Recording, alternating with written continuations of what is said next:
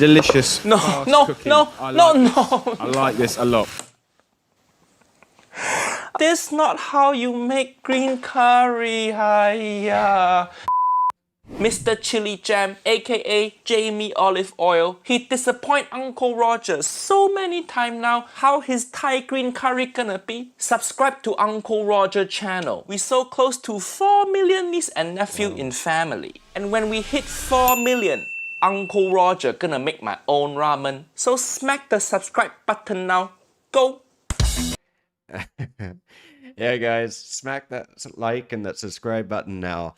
Wow, Uncle Roger, he had 4 million. I think this video is like 3 years old or something. That's pretty amazing how fast time goes by. And if anyone hasn't seen the ramen video that we reviewed, or the ramen video that Jamie made years ago and that we reviewed, you need to check that video out after saying this one. I didn't leave the link to it on this video, but I did put it in the segment with all of Jamie's, like I have Jamie's playlist. I have a lot of playlists, so I have ramen playlist, Jamie's playlist, and everything, so just check out the playlist. Also, if anyone is wanting to see like this, well, if anyone's on shorts right now and they want to see this like horizontal, they can see it on YouTube or on Twitch as well. If you guys have Twitch, then you be sure to go over to Twitch if you can and open up Twitch, because we're trying to grow like everything, and the more that people watch it on all the platforms, the better it is for the algorithm, and I appreciate it greatly.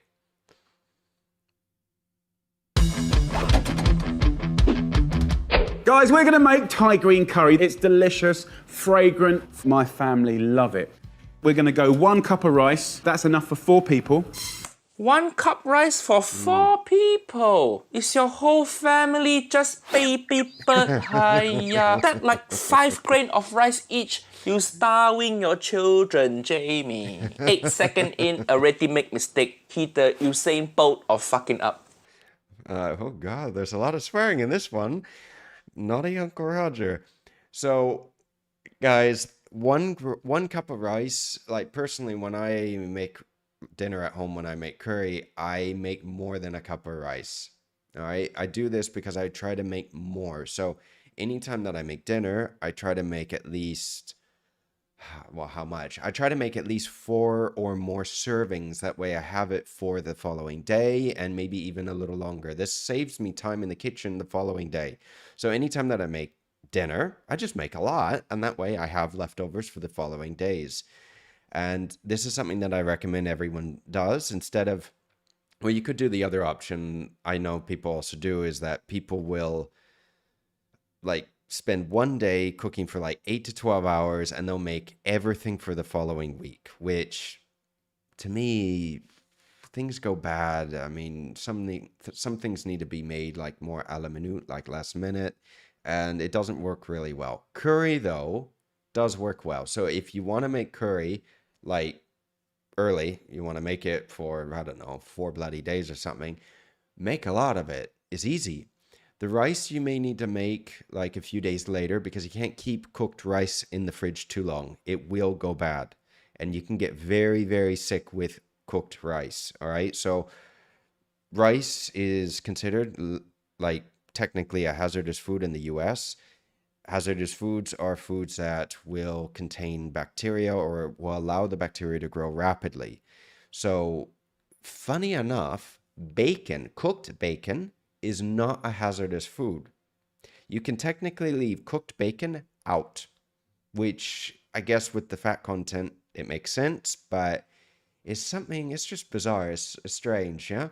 But in any case, rice, you have to be very careful with it. So anytime that you're making fried rice, again, that rice cannot be left out to cool down. You need to stick that rice directly into the fridge and cool it down rapidly. There's a time limit of about 4 hours between the temperature of the rice, of the cooked rice, when it just comes out of the pot, to where it's below, let's say, oh, they dropped the temperature a few years ago. It used to be, like years ago, it used to be 40 degrees Fahrenheit that you had to get it under. I think now it's 35. around 4 Celsius. You have to drop it down to around 4 Celsius. So just keep that in mind when you make like egg fried rice or anything. Yeah, just so you don't get food poisoning. And then 2 cups of water. This is the perfect equation for the perfect fluffy rice. A pinch of salt, lid on top, medium heat, happy days. No, not happy day. No, you don't have rice cooker. It's sad day for Uncle Roger. We're gonna make a paste. Peel, a thumb. All right, also, if you want to give your, first of all, it depends on what rice you're going to be using. Like Jamie's not specifically saying what type of rice he's using. Maybe he did in the original video, but I don't remember it. What I would do if you don't have a rice cooker is for basmati. I normally count up to like 1 knuckle, more or less, the water line, to see where it is. With jasmine, more or less as well. The thing is, if you're going to be using another type of rice, like a short grain rice, more like, well, if you don't have anything in the house and you have to use bomba, which I don't recommend for an Asian dish, that uses almost 3 times the amount of water to rice ratio. So you have to keep this in mind. Also, if you want to add a little bit of fragrance to the rice, you can add a little bit of lemongrass. You can add some ginger as well. And this just adds a little more aroma to the rice that you're going to be using with this. It's not mandatory. You don't have to do it, but it helps. Thank you guys for following. Size piece of ginger. So we're gonna go in with your thumb size, my thumb, not your thumb, right? Thumb size piece of ginger. In. Hiya, ginger wrong. Use galanggao. Galanggao. Nobody use ginger for Thai green curry. Nobody. Thumb size piece of ginger. All right, now Jamie. Oh, God have mercy. All right, so in any case, this is a long conversation and Uncle Roger always brings this up. This is why if you don't have the ingredients, I recommend getting a paste. It just makes your life easier. I mean, honestly, think about this. If you don't have that much time and you don't really want to cook, are you really going to go out and get all the ingredients just to make something for dinner that you've never made before? Maybe, but it's not practical if you don't have a lot of time on your hands and if you have kids and a family and everything. It's not that practical. If you want to make dinner in under 20 minutes, then check out my green curry recipe, okay? It's super easy and super quick. I recommend using a pre-made paste. You can either use Maploi, which is one, or cock brand, which is another, which does not have seafood, so no shellfish, if you have shellfish allergies. Also, the cock brand green curry is a little less salty than Maploi. Maploi is very salty.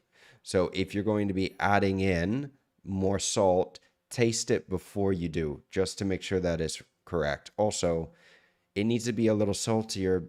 It does, because when you add the rice, it's going to absorb that flavor. So it'll mellow it out a little bit. And if it's a little too spicy, you can just add a little more coconut milk and thin it out.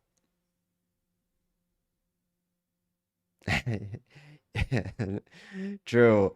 Galangal and ginger are not the same. So it's been a very long time since I've seen galangal in person. I forget technically like the specific difference between that and ginger. I get ginger everywhere. Ginger is easy to get. Ginger, a lot of people will say, is actually sweet. If you take a bunch of ginger and you're going to brew it, like you're going to make a little bit of a tea out of it, yeah? It's not that sweet. It's actually quite spicy. So it depends. It really does, but it's good for you. All of it's good for you. Into the food processor. Into the food processor. Food processor. Jamie, I thought you have pestle and mortar. When you're making the Malaysian fish video, I see you have pestle and mortar. Where is it? Use your pestle and mortar. Where is it? Niece and nephew, food processor, not replacement for pestle and mortar. Because food processor just slice shit up. Pestle and mortar can do Uncle Roger's favorite thing, pounding. Pounding bring out all the flavor. Maybe that's why Auntie Helen pounds so many other people. Yeah, I want to see, where is that? Hiya! Actually, no, this one. Sorry, children. Now, you should have added that. That was just bad, honestly. But, Renee, so wait, someone said that ginger, wait a minute. Who said that ginger tastes like soap? Are you sure ginger tastes like soap? Really? I've heard cilantro tastes like soap to people because technically there is like a gene that makes cilantro or coriander taste like soap. But ginger? I've never heard that. Are you sure that the ginger didn't have a little bit of soap on it and it did taste like soap? It's possible. It happens, huh? Wow. Okay. Interesting. Well, it's possible. I mean, not everyone have the same taste buds, so it is possible. I mean, one person can taste something that is burnt and think it tastes wonderful, and another person can taste something that's not burnt and think it is a little on the burnt side. It happens. It's just people's taste buds. Stargazer, ginger gives me a headache. Really? Interesting. Interesting. Well, I'll tell you that anytime that you have like a really bad cold, or maybe even with what I had like with COVID, if you take a little bit of ginger, you make some like ginger tea, but with real ginger, you can add a little bit of, well, I add a little bit of honey to it. I also may add a little bit of lemon. I add a bunch of things like you can add clove to it. You can add a lot to it. It helps a lot. It helps a lot with your sore throat. It helps a lot with just feeling better because ginger does have a lot of good nutrients in it. Then again, that doesn't really replace, you know, like eating a bunch of chicken stock and everything else when you're sick, but it does help. To the food processor. Then we're going to go in with the lemongrass. Now I need to spank it. No. Now I need to spank it. Stop spanking. Spanking not gonna do anything. You're gonna throw it all in food processor anyway. It's spinning at 9,000 RPM. If you spank harder than food processor, then I feel bad for Mrs. Oliver. Sorry, Jamie's children. Oh, God, he's horrible, isn't he? So the thing is, Jamie always spanks the lemongrass. I don't know why. He always spanks it. He always smacks it on the table. Always. You can take the back end of your knife and crush it. You don't need to spank it. Lemongrass is really flavorful though. So if you haven't tried it before, I highly recommend getting it. And it'll last like a decent amount of time in the fridge. It won't go bad too quickly.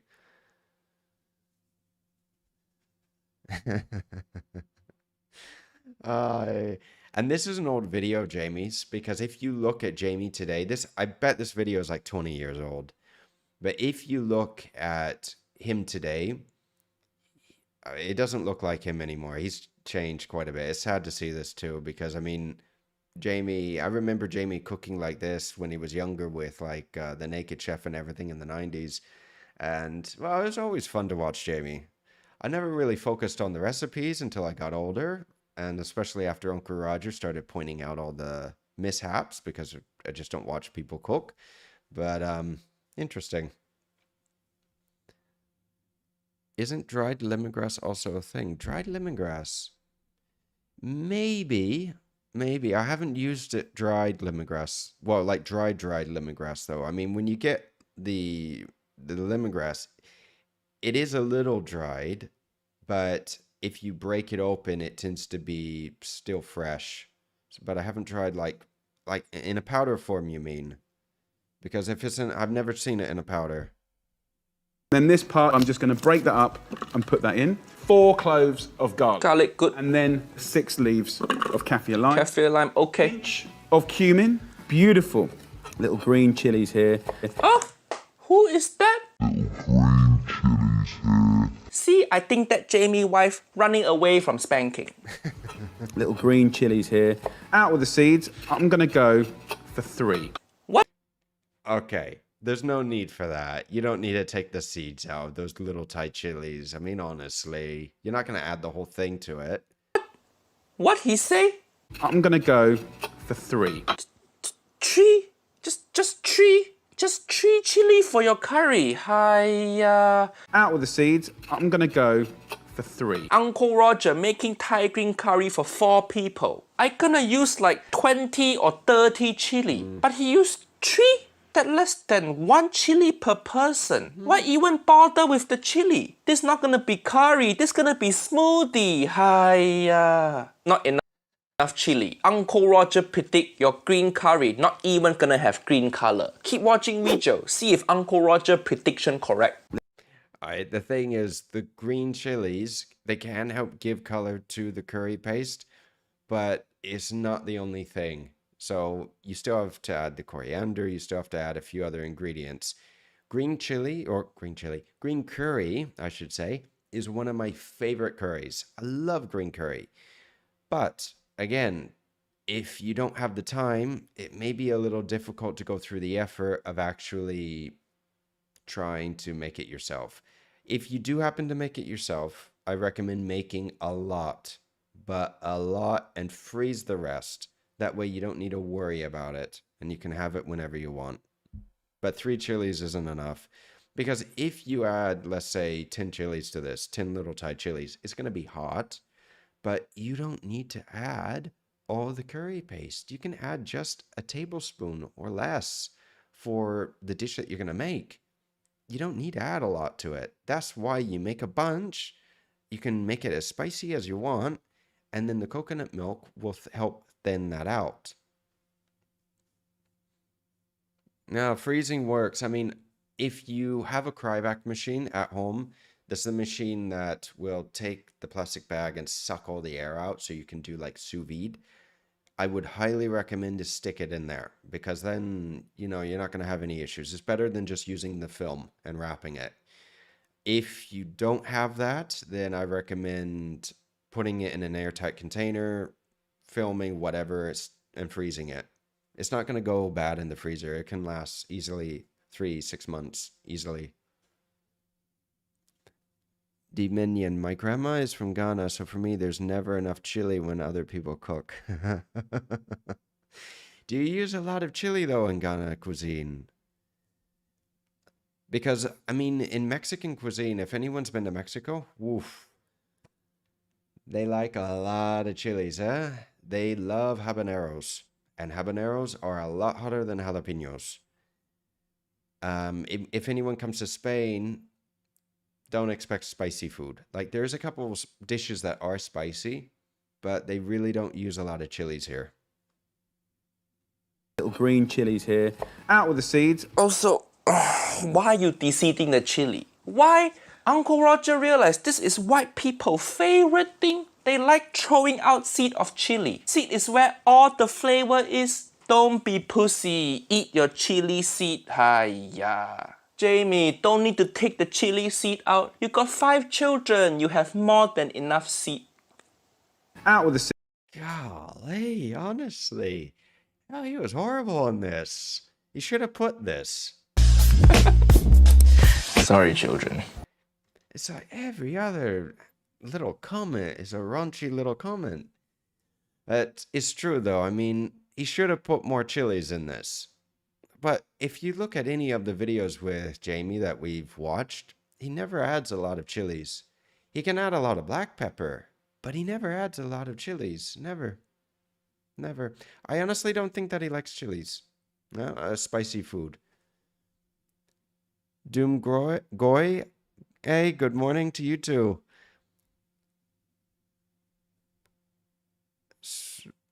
Mere devil expectation for joy. De-seeding is just taking some of the things out of the chili that aren't that great to digest. Yeah, I mean, normally when in the kitchen, when we de-seed any chilies, it's because we don't want the seeds in the sauce, or we don't want it in the dish. If you're going to be blending everything together into a paste, it doesn't matter. Really, it doesn't. The other reason why people think that de-seeding helps make the chilies less spicy is because the capsaicin, the chemical that makes the chilies hot, they think is in the seeds, which is in the white membrane. So there's a white membrane on the inside of chili peppers, and that is what produces the spice. Now, this spice, this chemical, is not the same as the chemical that makes mustard hot. I forget the technical term. If anybody knows it or they can Google it, please put it in chat so everyone can see it. But there's a big difference between the two. When you're eating a chili, if I quote this correctly, if I don't, then correct me, but the spice will actually trigger your nerves in your mouth and the receptors in your mouth that will make you think that it's on fire, like is burning. But in reality, it's not. That's why you can touch a chili pepper and you may, well, depending on the heat, some of them are really hot, but like with a habanero, and it doesn't really feel like your hands are on fire. This is a difference compared to mustard. Mustard is so potent that they used to use this in World War One as mustard gas. So mustard would literally burn whatever it touches. And I think in World War One, when they used mustard gas, this was something with the if you inhaled it, it would strip the mucus from your mouth and from everything, and it would fill your lungs up with liquid. So basically, you drown. It was bad. And mustard is like, if nobody's tried English mustard, which is super spicy, be very careful to try it, because I gave you guys a story once when I first when I got off the plane in England. I didn't know, my cousins gave me some English mustard because it looked like Dijon. It was liquid, and I never saw it in liquid before, because in the US we only have English mustard in powder and you have to mix it yourself. And that was a spicy sandwich. Yeah, no, mustard gas. That was a very, very popular thing during the First World War, and it was very effective. So just keep that in mind. Mustard, I love mustard, but mustard is spicy. English mustard is spicier than Dijon. Dijon is not just like mustard. It's a mix of white wine, shallots, and whatever other ingredients they use to make the sauce. It's a beautiful sauce. I love Dijon. The thing is, though, English mustard is like pure mustard. It is potent. So when you eat it, it feels like your mouth is on fire. So you don't need to add a lot of it to whatever you're going to make. You really don't. Seeds, I'm going to go for 3. 2 shallots. That's so many shallots. Nice bunch of coriander. So Too much coriander. Hiya. Iram, is there any English mustard that's no, the English mustard I don't think has wine in it. It's like pure mustard. Dijon, you just need to look at the ingredients. But normally Dijon has like white wine because it's a sauce. But English mustard is like, I don't have the bottle with me right now, so I don't know what the ingredients are, but I think if you Google it, it's just pure mustard. Wait. So that your paste? That all the ingredient for your paste? No galangal, no white peppercorn, no shrimp paste. Just that little sprinkle of cumin, not gonna do shit. This curry gonna be so weak. So weak. And then a tablespoon of groundnut oil into the pan. It's fairly hot. I'm going to go in with 750 grams of chicken. And also the chicken thigh is tastier. So we'll fry this off. 8 minutes in a hot... No, Haya, no. Metal spoon or non-stick pan, that's not even the biggest crime in this picture. You're not supposed to fry chicken like this for green curry, Haya. You need to mix the chicken with the paste and then stir fry it together. Jamie Oliver haven't get one thing right so far. You're just making chicken stir fry now, and earlier you make smoothie. He making every other food except green curry. What? Oh boy, he has a lot to say, doesn't he? Yeah, that's what I heard too. Groundnut oil. I think he misspoke. It could have been rapeseed oil or something that he was adding to it. Maybe peanut oil. Groundnut oil. I haven't heard that before. It could be rapeseed oil, which is canola oil, technically in the US. But what Jamie's doing here, this is more of a Western approach to making green curry. So if you want to make the curry quickly, It is faster to saute the chicken or the vegetables that you're going to add to it first before you add the sauce and not boil it. It's quicker. So if that's your objective, to make dinner in under 20 minutes, that's fine. If you want to make it more the traditional way, the traditional way is more by boiling it. I don't make it the traditional way, so I'm not an expert on Thai cuisine as well. But from the videos that we have seen and from what I know, they boil it with the sauce. Carla, I've heard groundnut used referring to peanut in some African recipes. Well, maybe, Carla, maybe you're right. Maybe. Chef, have you ever tried mustard oil? I have, but it's been a long time. It's been a very long time. It's not very common to use in the West, mustard oil. It's more a specialty oil. So the most common oil to use for cooking is either rapeseed canola. This is very common in like the US or England. And then here in Spain, it's either sunflower, which is girasol in Spanish, or olive oil, aceite de oliva. So olive oil is like one of the most common oils to use for everything. And yes, it does have a flavor. It does impart like a flavor to the dish, but it depends on the type of olive oil that you're going to be using. Because normally in the kitchen, when you use refined olive oil for cooking, the olive oil has been refined enough that it doesn't have a lot of the flavor and a lot of the tones that extra virgin olive oil has. So it's not as strong, in other words. So if you add it to something, it doesn't impart a lot of flavor. With extra virgin olive oil, like the first press of the olives, this is a very, very strong olive oil, and some don't even purify the oil, so it's a little cloudy as well. And the particulates, when they settle on the bottom, you can see it. But in any case, it's different. If you haven't used like a really good oil before, or if you're not used to cooking this, let me reword this. If you're not used to cooking and you're not used to using certain types of oil for certain dishes, if you take your dish, divide it into two pans and use two different oils with it, one, let's say olive oil, and another, let's say rapeseed oil, you will notice a little bit of a flavor difference between the two. Sometimes it's not noticeable, other times you may like it, and other times you may not. It just depends really on what you're making. For green curry, this is something that a lot of people say, well, a lot of obviously Thai chefs and everything don't use because it imparts a flavor, and olives are more Mediterranean. But since we're in Europe and olive oil is quite common here, we tend to use it for everything. So that's how it is. Also, Uncle Roger is right. With these pans, yeah, tefal pans, I have one. You don't want to use spoons. It's a big no-no because every time you use a metal spoon on there, you're scraping the film. You don't want to use it. Not good. Nico, I worked for a Tunisian olive oil production group of companies, learned a lot. Main difference is if the pit from the olive is heated, it increases the acidity.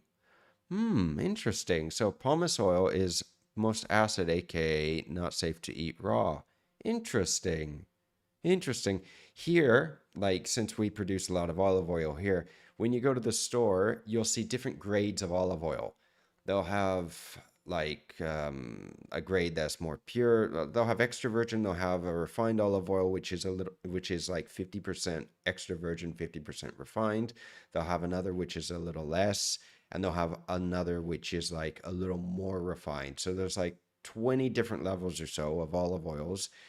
One of them will be like a more of a pomace oil, which has been refined, and they're all used for different things. And of course, the price, because olive oil used to be like years ago, super cheaper, but like cheap. I used to fry with olive oil in the house. You could buy 5 liters for like 12 euros. It was cheap. After the lockdown, and I'm sure a lot of you guys remember that. That was a fun time, wasn't it? Stuck in the house for 4 months. the price of olive oil went from like €1.50, €1.70 per liter to almost €12 per liter in some places. That was a big increase. So people had to start using other oils. They couldn't fry anymore with olive oil. Crazy thing he gonna do next? In the sink markets today, you can get a whole bunch of different mushrooms. We've got enoki, What? king oysters here, but you get those little mixed packs Nobody put mushroom in curry. of Asian 400 gram? Oriental mushrooms. Quarter some. We can leave these whole and just break them up into. This much mushroom. And he used 3 chili. Now he making mushroom soup. Hi. Too much mushroom. Who gonna eat this much mushroom in one meal? Jamie, just because you put in enoki mushroom, it don't make this dish any more Asian. This curry is so white, it about to book spa holiday. All right. So in any case, guys, if you don't have a lot of time on your hands and you need to make a dish like super quick and you only have mushrooms at home, it's how it is. There's a difference between doing that at home for you and then making a video on it. All right. So, I mean, mushrooms are not correct to use in green curry, but I understand Jamie if he wants to do something quick just for his family. Having said that, though, some of those mushrooms are not cheap. Like if you go to the store, those king oyster mushrooms are a little hard to find, especially here. I have to go to a specialty store. Let's see. Let me respond to a few of you guys. Hey, Zach Makes Games. Hi, how are you doing? What the hell is he cooking? Well, Zero, he's making a green curry. So I think this was supposed to be like an authentic curry, but he's just making it. Jamie is doing food crime against food. Well, that's not the first time. It isn't. Memo tag. I understand where you're coming from, but you need to keep in mind that Uncle Roger is a comedian, and this is all fake. Yeah, well, some of it may not be, because sometimes you actually do see that he is a little upset, but most of this is like over exaggerated. It's for show. This is the reason why. So it's not something that should be taken seriously, and a lot of people do take it seriously. A lot do, especially when Jamie makes like paella with chorizo or something like that. Morning, Marmite. Hi. Hey, everybody. Welcome, everybody. If you're just joining the stream, welcome. We started not that long ago, so you haven't missed that much. Just to give you an update, Jamie Oliver is making green curry, and right now, as the title suggested, Uncle Roger is having a panic attack. Minion, this is why I find Nigel fun. I know, no, he is fun. He is. Like, I think, to be honest, Nigel's, or Uncle Roger's first videos, I should say. But anyway, Nigel's first videos of Uncle Roger, especially the fried rice, that was a really funny one. Like, I couldn't stop laughing when I first saw that video. It was good. It was really, really, really good. Some of them have gotten to be, they're not that good compared to others. Me personally, I like Uncle Roger's earlier videos. These are the ones I think he was editing himself, because some of them are just funny as you know what. I mean, hysterically funny. Stella, I can increase the volume, but right now it says that I'm spiking. So I'll increase it a little bit, because I don't know why. My mic is a little low. But yeah, and the thing is though with Jamie, like I don't remember if Jamie put chutney in this. I don't remember, because most of his recipes he adds chutney to them. Mango chutney. So mango chutney, just to give you guys an idea, is a very tasty little condiment. I love mango chutney. I really do. I love it. It's just that it doesn't go in everything. And Jamie has put it in mac and cheese. He's put it in lasagna. I think he's put it in pasta too. He's put it in everything. I mean, everything. So if you guys haven't seen any of our Jamie reviews, not with Uncle Roger, without Uncle Roger, check those videos out after seeing this. They're on YouTube because they're hilarious. A little painful to watch, but hilarious. Jaded Bella, do you want to collab with Jamie? Yeah, no, I do. Look, like seriously. People say that I can make it's funny, you know, when I make a video, I can make a video of Uncle Roger, with Gordon Ramsay, of Jamie, it doesn't matter. And whether I critique one thing or I don't say anything, I critique nothing, and I just say like, oh, how great they're doing, I still get criticized for making the video. But in any case, personally speaking, I know I've been a little hard on Jamie in some videos. I like Jamie. I do like Jamie. I still like him. I don't like his recipes. I have never liked all his recipes. There may be one that I like. I mean, the carbonara recipe of Jamie's wasn't bad. Okay, so if you haven't seen that video, we remade it. I remade it once. It was actually really good. But would I collab with him? Absolutely. This, yes. Would I collab with Gordon? I would love to. I mean, technically, I would love to collab with everyone. I really would, because I don't have, like, when I review someone, it's not about the person, it's about the food. So it's not like I'm saying I don't like them, because that's not what I'm saying. It's that I don't like what they made. There's a difference. Just because somebody made a disgusting lasagna doesn't mean that I don't like the person. But I do have to admit that maybe cooking with Jack, maybe I wouldn't do a collab. I don't know. I mean, if Jeff asked for it, then maybe, but well, I would have to see. But I mean, if Jamie offered me a collab, I'd jump at the opportunity. I really would. Especially before Uncle Roger. Yeah? Keep that in mind, because Jamie has never acknowledged Uncle Roger. So if Jamie wrote to me and said, James, hey, I've seen a lot of your videos. You want to do a collab together? Oh yeah, I'd do it. I really would. I'd probably make fried rice with him. Get Uncle Roger to review it. Yeah, I'd love to do a collab with Vincenzo, and we've been doing like collabs from a distance, no? We've been streaming together, but it's not the same thing. Yeah, no, I know, guys. I mean, hey, if Kate wanted to do a collab, I probably would, but I wouldn't let her cook. I'd do the cooking. She could just sit there. But I don't know. It's fun. I would collab with everyone though if I could. I would. Yeah, in person is better. Adam, no, we need an exorcist. Yeah, I know. I Rada, you have to fake your reaction on the taste test with Jack's food. Oh boy, I'll tell you, on every single video that we've reviewed of him, he always says nom, nom, nom before he even swallows it. And it's like the best food that you've ever tasted. And it looks disgusting. I mean, honestly, that buffalo burger. Wolf, the bison burger. Oy, that was nasty. Nasty. He put teriyaki sauce in it. His teriyaki sauce. He was pouring it on. He mixed it in with the burger patty, and then he poured it on top. Just ugh. Little wads. Look how amazing that is. So I'm just going to push the chicken to one side. Don't push and to then one I'm gonna side, go in throw it out and with start over. the mushrooms. Loads of texture, loads of different shapes. Look at that mushroom, that big ass piece of mushroom. Who want to eat that in your curry?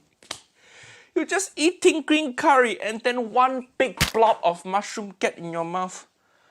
And when you cook mushroom, all the water from mushroom come out. So this dish not even gonna taste like green curry. It gonna taste like mushroom sweat. Hiya. Just to let you guys know, if you're not used to cooking, all right, I'm sure most of you are quite savvy with a lot of the techniques and everything, but mushrooms can contain a lot of moisture, a lot of water. So when you start adding them to the pan, especially if you have a lot of them, you want to do it in portions. Now, technically, I would take the chicken out of the pan. Let's forget about the green curry. Let's just imagine that this is a normal like pasta dish or another dish. you take the chicken out of the pan because you're going to be cooking the chicken even more. You're going to be drying it out, especially if it's chicken breast. You need to get the pan super hot, more oil in the pan, and then you put the mushrooms in. Why? Because if you want to cook the mushrooms properly, Western style, more French style cuisine, you need to give the mushrooms a nice sear. Unless, of course, you don't want to put color on the mushrooms. But if you do, you need to sear them. It needs to be a hot pan, and it's best if you take the chicken or anything else out so you don't overcook that. It's a bit of a pain to, put something in the pan, take it out, put it in, take it out, but that's how it is sometimes. I mean, if you want to make like a really nice dish, that's how it is. Especially if all you have is a small little pot. When I first moved to Spain, I had only a small little pot, and well, I had one. It was one pot meal for a lot of dishes, and you learn how to make a lot of things in one pot. These were the days when I was going from country to country moving.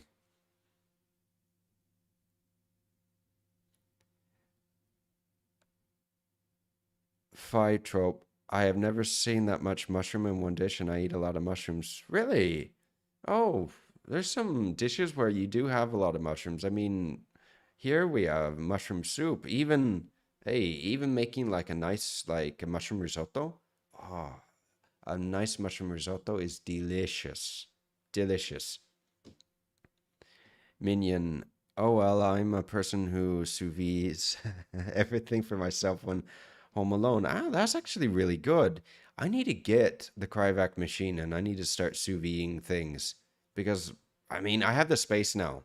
But, when you live in a small place, you have to be very careful with buying a lot of stuff, especially when the kitchen is teeny, smaller than this room, half the size, I should say. But I need to get one. It's really good. It makes a big difference, too. You can keep things a lot longer with sous vide. Randy, daily reminder. Oh, thank you, Randy. Jesus loves you. Ah, thank you. You too. Zero, just having a pot is a lifesaver. Yeah, just having one is a big lifesaver. It is. It really is. Charles, those needed to be diced up a lot smaller. Yes. Unless, of course, you like big pieces. But and that can suck up some of the lovely fat that's come out of that chicken as well. These little delicate mushrooms here, I'll put those in just at the end. No, don't put it in. Now we've got some nice colour on the chicken and the mushroom. I'm now going to go in with a paste. Delicious. No. I like this a lot. Oh. Uncle Roger's so upset. I put my leg down from chair. This not how you make green curry. You don't just whack it in like it's soy sauce. Green curry, you cook the coconut milk, pour the green paste in, and then you boil until the fat coming to surface. Beautiful green fat, not just throwing random shit in pan. This worse than his egg fried rice video. Where did you learn how to make Thai green curry? From K Cooking Channel, is it? I'm gonna go in with. All right. If anyone had a close look at that curry paste, it was very lumpy. Now, when you make a paste, as Uncle Roger was saying, you need to make it into more of a puree. It needs to be a nice paste.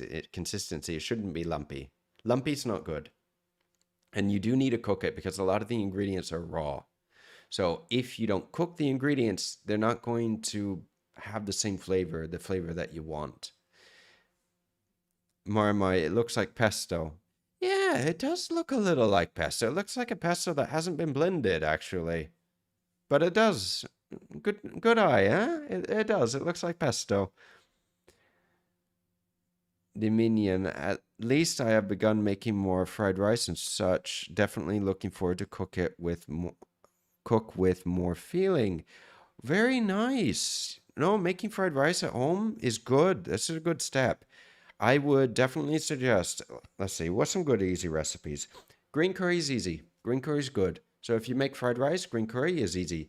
Making pasta at home too, like just some simple spaghetti. You don't need to make it complicated. You can get some sausage if you want to eat sausage, or get some meatballs or anything as well, and make a simple spaghetti. This is easy.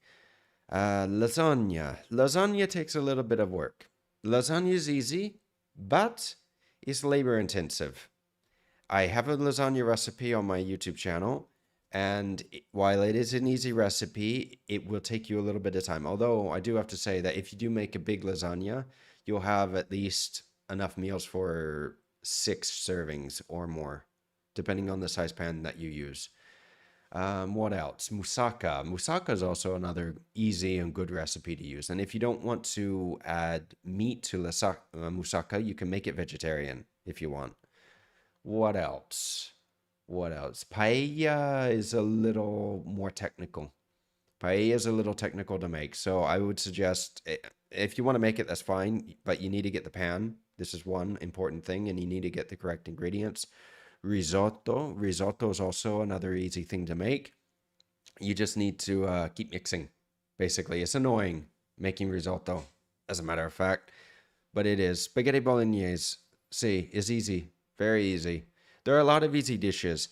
Normally, when I can't think about what I want to make for dinner at home, and if I have the ingredients, I'll make fajitas, like some easy little cheap chicken fajitas. It's not authentic. It's not what I would like to make for dinner, but if I have less than 20 minutes, I know that I can make that in under 20 minutes. So it just depends at night what you want to eat and what you want to make. If you want to plan like a few days out, I would suggest making things that are a little more laborious if you have the time, so then you have more leftovers. Like lasagna is a good one. It really is. Been making homemade pasta. Oh, really? Fana Matteo, and still trying to perfect making a pasta carbonara by Luciano. Muy bien, eh? Very good.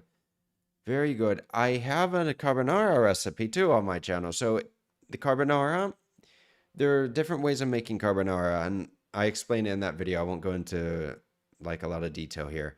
But if you follow a few easy steps, it's easy to make. Carbonara for more people though, like if you have like 10 people coming over for dinner, it's a little more complicated to make carbonara. If you like want to make a little dinner party, well, summer I would suggest a barbecue because it's easy. It's summer.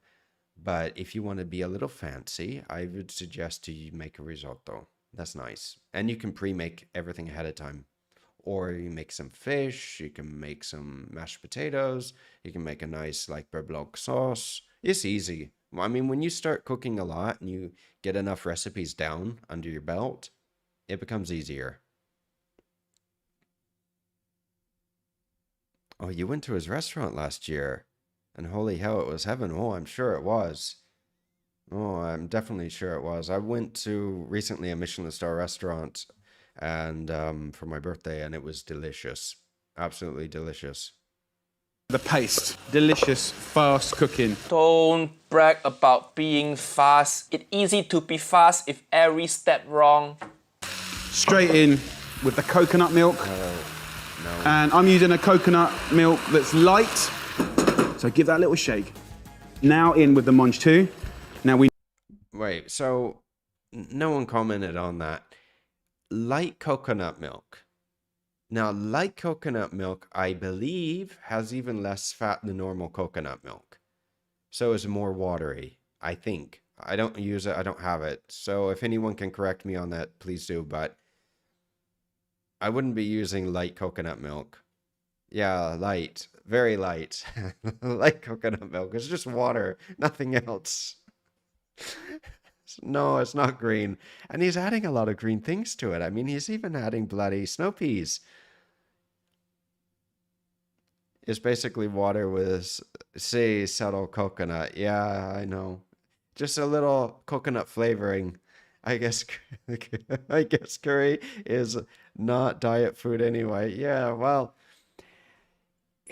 thinking about it, curry, to be honest, can be a very healthy meal. Like, with all the ingredients, thinking about it, it's very healthy. It just depends on the amount of oil that you add to it. Because it can be a little oily.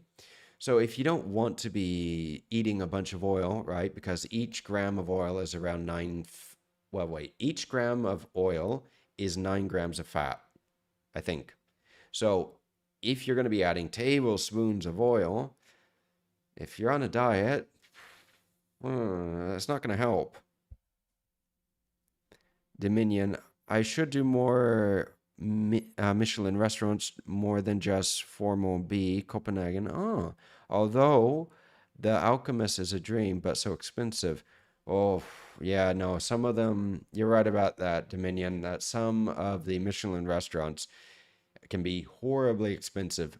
Some of the ones here in Barcelona are actually pretty well priced. I mean, there's, what was the name of it? I went not that long ago. I went last year. Nectari. Nectari is one Michelin star restaurant, is 1 star in Barcelona.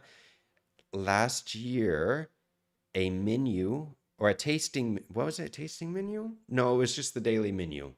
So it was a daily menu with appetizer, main, and dessert, and also wine and everything. It was like 45 euros. Not bad.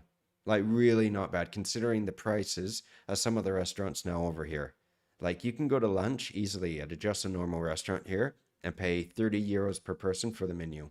Now, in Cambrils, where I am, like it's ridiculously expensive. And if you're going to be paying $100 per person or $60-$70 per person at a restaurant, might as well be Michelin. You get the service too. No. Now in with the Monge 2. You put in so much. Remember, 3 chili. 3 and 200 grams of the worst vegetable ever, Monge 2. If vegetable tastes like sad, Monge 2 tastes like terror. Is this what British people think green curry is? Is this what they're eating? 2 minutes to cook, so that's kind of your timer now. Oh, that looks nasty, doesn't it? Oh, I mean, it may not taste bad. Okay, let's be fair. It may not taste bad, but that doesn't look like a green curry. No, that doesn't. No, no, no, no. That's nasty. Yeah, it does. It looks gnarly. No, it looks like a lumpy soup. And I love curry. Green curry is one of my favorite dishes too. I love it. But that just looks bad. Nothing visibly, it looks nothing like curry. No, it doesn't. Just green additives, I agree. Of course, you could use any other seasonal greens. Have fun with it. Make it your own. Now, Don't make it your own. Make it Thai, please. Mushrooms here go in. Oh no. Spoons of fish sauce go. Fish sauce, wrong brand. Everybody buy fish sauce. You buy the squid brand, not this bullshit brand. In. This is true. I use squid brand at home. I have always used squid brand. In the kitchen, squid brand is pretty common to see, so it's normal to use it. If any of you don't have fish sauce, I recommend getting it. You can add it to more than just green curry. You can add it to everything, really, if you want. Well, not everything, but a lot of dishes. Memo tag, British people kind of have a fixation for beans and peas. Not that they don't taste good, but their food culture is a little over-enthusiastic about beans and peas. All right, so I'll be honest. My dad was English, right? So I don't know if this has to do a little bit with after the war, after World War II, but in England during the war, they had to have what were called victory gardens. Since there was a shortage on food, people, if they had land, had to grow. And my grandma, she had a garden. My dad always loved gardening, always had a garden everywhere he lived. And the majority of what he grew were always bloody beans. Always. We had snow peas, we had green peas, we had sugar snap peas. We had fava beans. I mean, we were growing every single pea and bean that you could think of. Like literally, well, not kidney beans, but in any case, we were growing everything. And he loved them. Oh God, the amount of beans that we used to get in summer. Like I remember a bowl this big, yeah? This big, yeah? In summer of snow peas. Like seriously, and I got so bloody tired of eating snow peas growing up. because you have to pick them and you have to peel them a little bit too. Otherwise, they're, it's just nasty. You have that little sinew strip that you have to take off. But we used to eat so many bloody peas. They used to put it in everything so we could eat it. You get tired of it after a while. They're good for you. They are. They're really good for you, but not too much. The other thing that he also used to make me eat all the time were Brussels sprouts. And I'm not a big fan of Brussels sprouts. I'll eat them, and I do like the flavor, as an adult, but as a kid, he used to give me like a mountain of Brussels sprouts, just a little bit of meat and some potatoes or something, and then I'd have to eat all the Brussels sprouts. And it's like, but I want more chicken. I don't want the Brussels sprouts. I it was fun, yeah.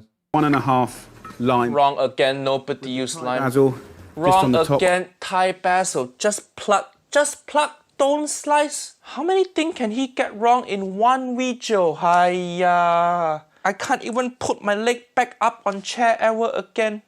You've kind of got like ginger tea infused rice. Where the tea come from? And then we'd just use a fork. He did. He added a little bit of ginger to the rice. I didn't catch that. Or maybe it was cut out. I don't remember him putting that in. Okay, I didn't see that the first time either in the video. I missed that. All right, so he did add a little bit of flavor. All right. That's a non-stick pan, it looks like. Just FYI. Again, you don't want to be taking your fork and scraping the pan.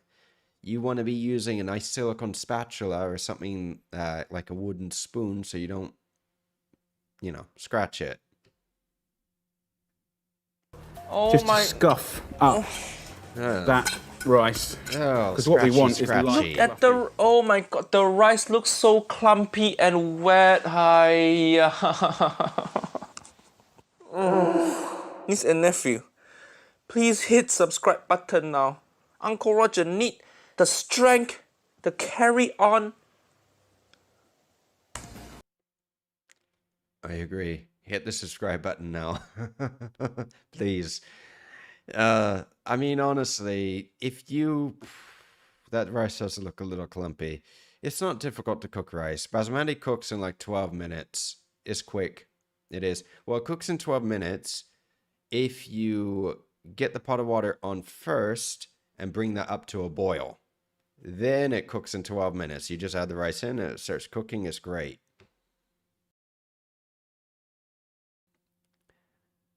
Pog Pig, James Wynn collab with Gordon Ramsay. Oof, I don't know. I don't even know if Gordon knows that I exist yet. I'd like to. I would. But unlike Nick DiGiovanni, I don't have a PR manager trying to get like collabs with everyone. So I don't know. Sonny, if any of you guys didn't see our last review of Sonny making egg fried rice, he did actually write to me and offered to do a collab. So if I go to Austin, then more than likely we'll do a collab. Hopefully. I would like to. It'd be fun. Who else? One, of course, if we go to New York, I need to get a hold of Chef Brian. Because Chef Brian also wanted to do a collab. He's busy, though. I know he's busy. We haven't seen him. I haven't seen him, like, write a lot or do anything else than post, like, a couple times a week.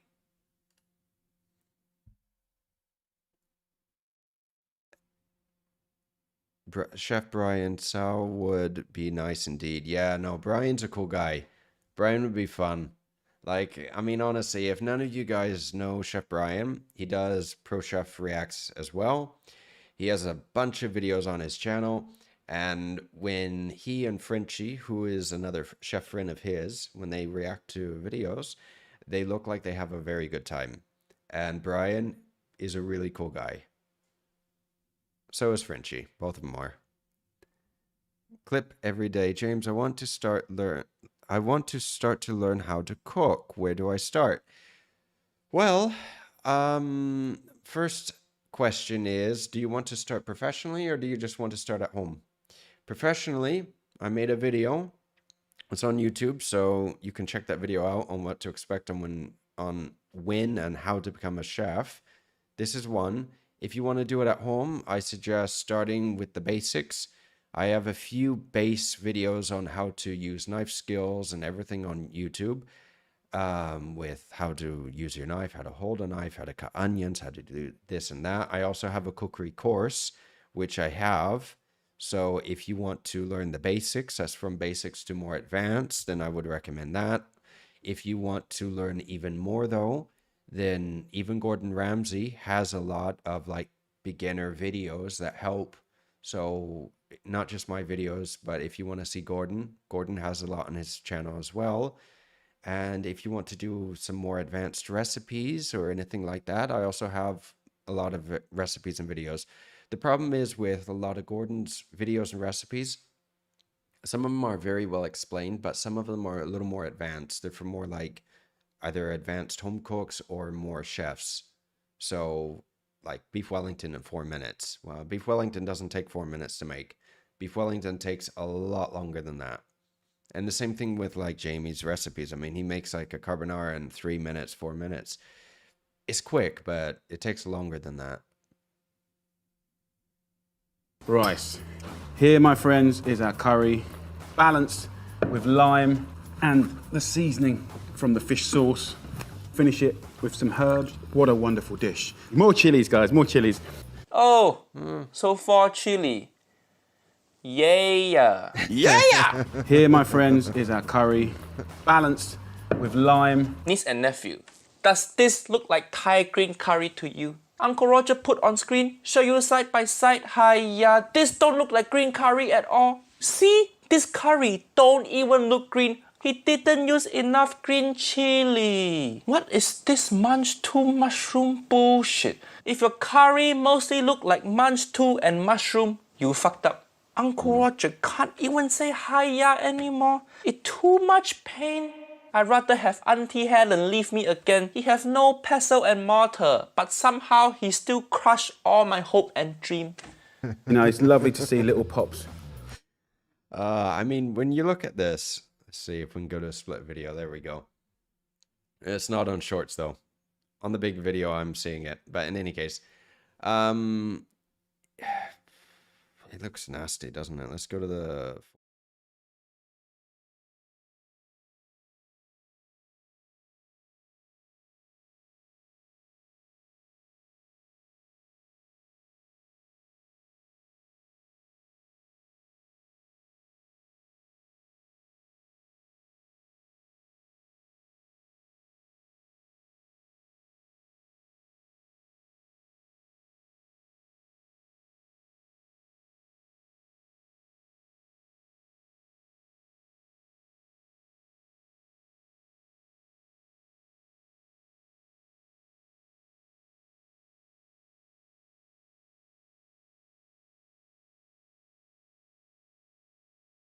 Honestly, tasting it, I'm sure that it doesn't taste like horrible, but tasting it as well, I probably wouldn't be eating this, like seriously, just because this is not something that I would like to eat. I don't know. I mean, guys, let me know down below if you would eat this or not, but me personally, I taste it. I would taste it, but I wouldn't like pay for it, I should say. But that's just my opinion. I mean, everyone's different, but that looks a little, yeah, not nice. I would try it, but I wouldn't buy it. Of colour. Thai green curry, cooked in the time that it took to cook some basmati rice. Basmati rice, wrong rice. Use Thai jasmine rice for Thai green curry.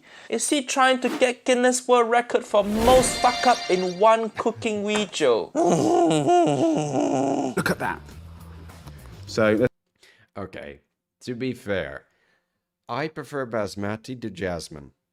All right, so I would use basmati at home, but if I was making a video, I would probably use jasmine. That's just how it is. But I do prefer basmati. I like basmati rice. let's have a little go.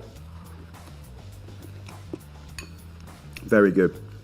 You know, it's got that wonderful sort of tropical flavour, like really, really perfume.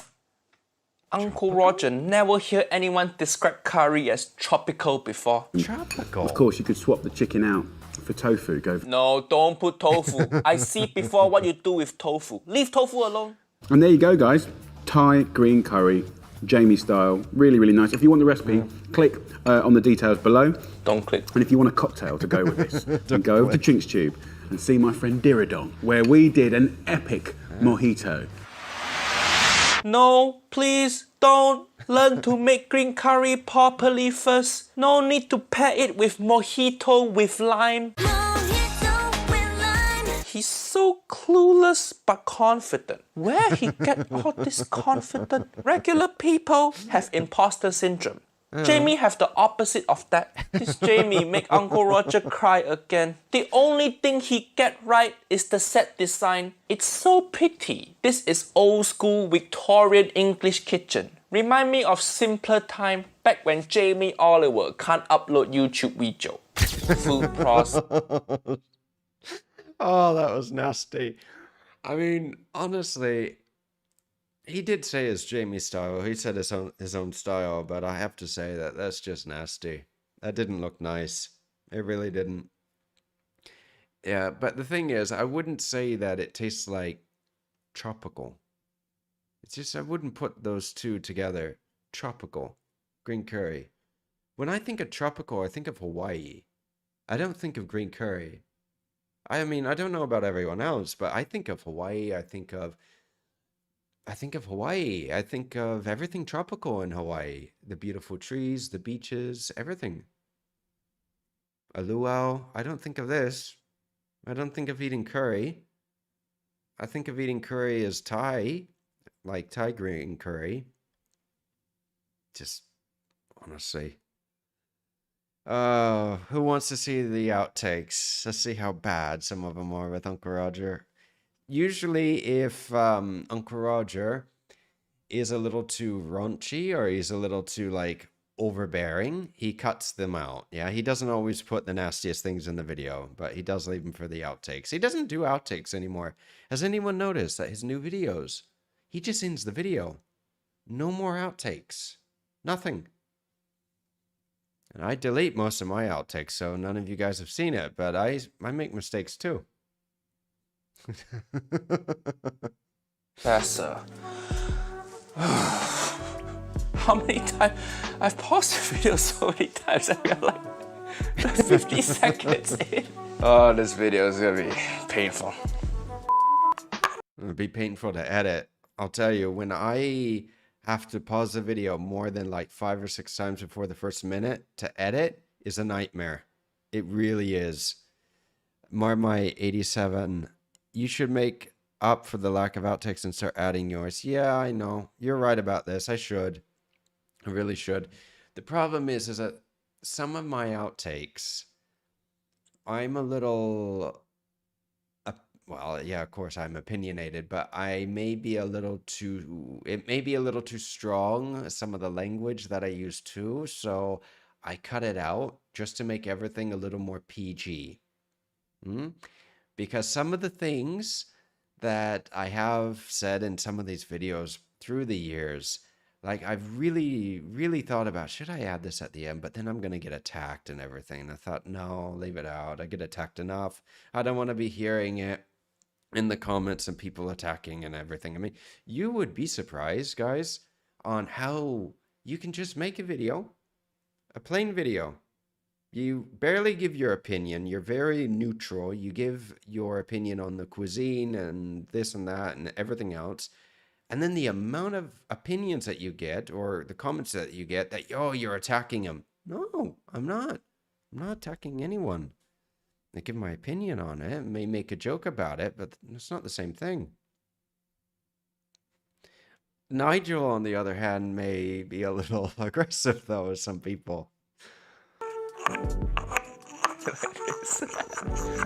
This pestle and mortar is gift from Auntie Liz. Go check out Carbonara video if you haven't. We both talk about how much we like pounding. Yeah, no, go check that video out. Vincenzo and I reacted to that video recently. It's a really good video. When I first made that video, I was thinking to myself, like, oh, what would it be like actually reacting with Vincenzo seeing this video? And I made it years ago. And then recently, Vincenzo and I reviewed it together. So it was a very, very fun video to do with him. Like, I had a lot of fun. So if you haven't seen it, please go see that video out after seeing this one. Check it out after seeing this one. I think that his assistant, even she know this gonna be shit show. Jamie, don't need to take your seat out. You have 5 children. You got more than enough seat. You got 5 children. You got more than enough seat. If vegetable tastes like sad, munch 2 tastes like terror. I'd rather have Auntie Helen leave me again than watch this shit. Many niece and nephew telling Uncle Roger, Jamie Oliver better at making Italian food, not Asian food. Should I review Jamie Oliver making carbonara? Niece and nephew, leave comment down below. Let Uncle Roger know if I should review Jamie Oliver making Italian food. Maybe it will be better. I don't remember him saying that. He never did. Nigel, Uncle Roger, never reviewed Jamie making his carbonara, did he? Did he? No. He never did, didn't he? Oh, he should have. Oh, that was a good video, too. He would have had fun. Bloody hell, he didn't do it. What happened? Why didn't he do it? Uncle Roger. He's not going to see this, but in any case, Uncle Roger, if you see this, review his carbonara. Better yet, review it with me or with Vincenzo. We'll have a blast. It'll be fun. Well, everyone, how did you like that video? Huh? I mean, it was good, and I'm sure that if you have seen it before, you've seen it once, but sometimes when you see a video the second time, you catch things that you missed the first time. Just like with me rewatching Harry Potter and Lord of the Rings, there's a lot of things that I missed with those videos, with those movies, like a lot. Roasting videos gives more views than... That's why. Yeah, I know. Yeah, you're right. It's true. Pog Pig, why are you in Spain? Because years ago, I was living and working in Seattle. I wanted to get out of the rain, so I had to do a year in London first to get a transfer to Barcelona with Marriott. I love Spain. I mean, I'm literally 20 minutes on foot from the beach. So if I want to go to the beach, I can go to the beach. It's a little hot here, I admit. Nothing's perfect, but hey, it's nice. The weather's nice, mostly. Spanish is easier for me as well because I already knew a little bit of Spanish. So it's fun. Also, it gets you out of the house, You don't just live your whole life in one spot. Not everyone likes to travel, but I wanted to travel, and I've lived now in 4 different countries. I've lived in, well, of course, the US, because I'm from there, but I've lived in England as well. I've lived in France, so I also used to work in Lyon in France, and I have lived in Spain for quite a few years. Imish. Sea temp is a bit of a difference. Yeah, no, it is. Ooh, ooh, ooh, ooh, yeah. So in the Northwest, nobody swims. Like, really, nobody goes swimming. I mean, it's cold. It's the Pacific, and it's in the north. It's freezing, the water, even in summer. So here in Spain, it's nice. I mean, you can go to the beach. Rada, which character of Lord of the Rings is your favorite? Oh, that's hard to say. That's hard to say. Maybe Aragorn. I don't know. Hard to say. I like a lot of them. I like all of them. Don't know what you're on about. It's 28 here in the UK. Yeah, well, when I was in the UK, it didn't used to get that hot. That was like 10 years ago. But right now, it may be 28 in the UK, but we're at 37 right now here. 37 and like 80% humidity. Philippines have the best people in the world. Oh, I need to go to the Philippines. I've never been. I want to. I want to visit. There's a lot of Filipinos that work and live here in Spain, a lot, because the Philippines, for many, many years, used to be under the Spanish crown. So a lot of Filipinos can actually get dual nationality and move to Spain. Yeah, that's hot. Super hot nowadays. Yeah, I know. It is. It's strange. The weather has been acting very strange the past couple years here. I mean, this year we had a lot of rain in July, which was abnormal because normally it doesn't rain in July, it rains in September. And now it's been hot as hell. What about MN design? What about the prices in Spain? Oof. Well, prices.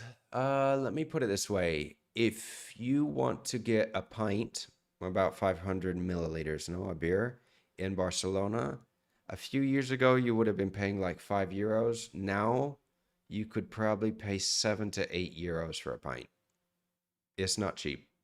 And many, many years ago, if you used to go down to like Andalusia, the south, where it's usually cheaper, you could get a beer for €3. I mean, it was cheap, but the prices have gone up quite a bit here.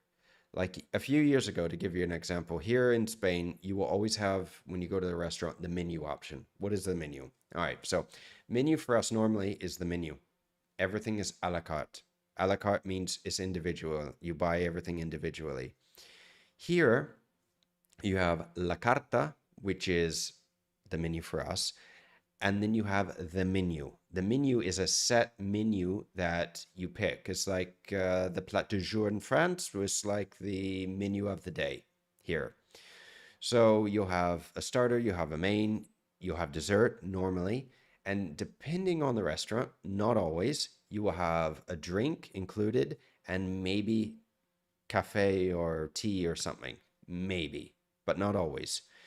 So 5 years ago, or a little less, you could have easily have had a menu for about 12 to 15 euros, depending on where you were in Spain.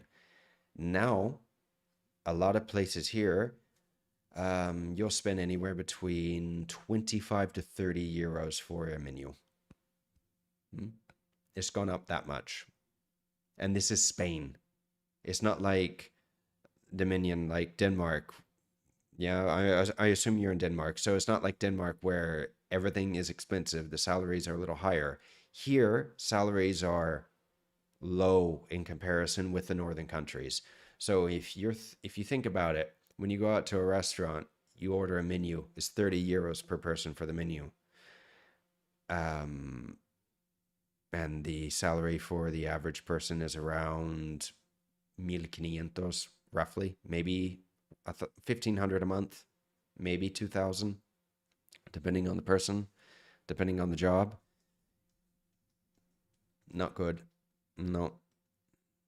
SVR euro prices are partly compensated by inflation. Yeah, I know. I remember when I had to pay 1.2 to 1.3 Swiss francs for per euro, but now it's less, really, less than a Swiss franc. But still prices are increasing. Interesting. Interesting. Well, it's been about 5 years since I've been back home to the US, about four. And I remember about 4 years ago, the prices were like really high, a lot higher than they were a few years prior. And now I don't even know how expensive things are back home, but I imagine that it's not cheap. So this is the one benefit. I mean, here, at least in Spain, in some of the European countries, if you want to have like a lower cost of living, you can live here. It's better. Or it used to be that way. Now it's not that way so much.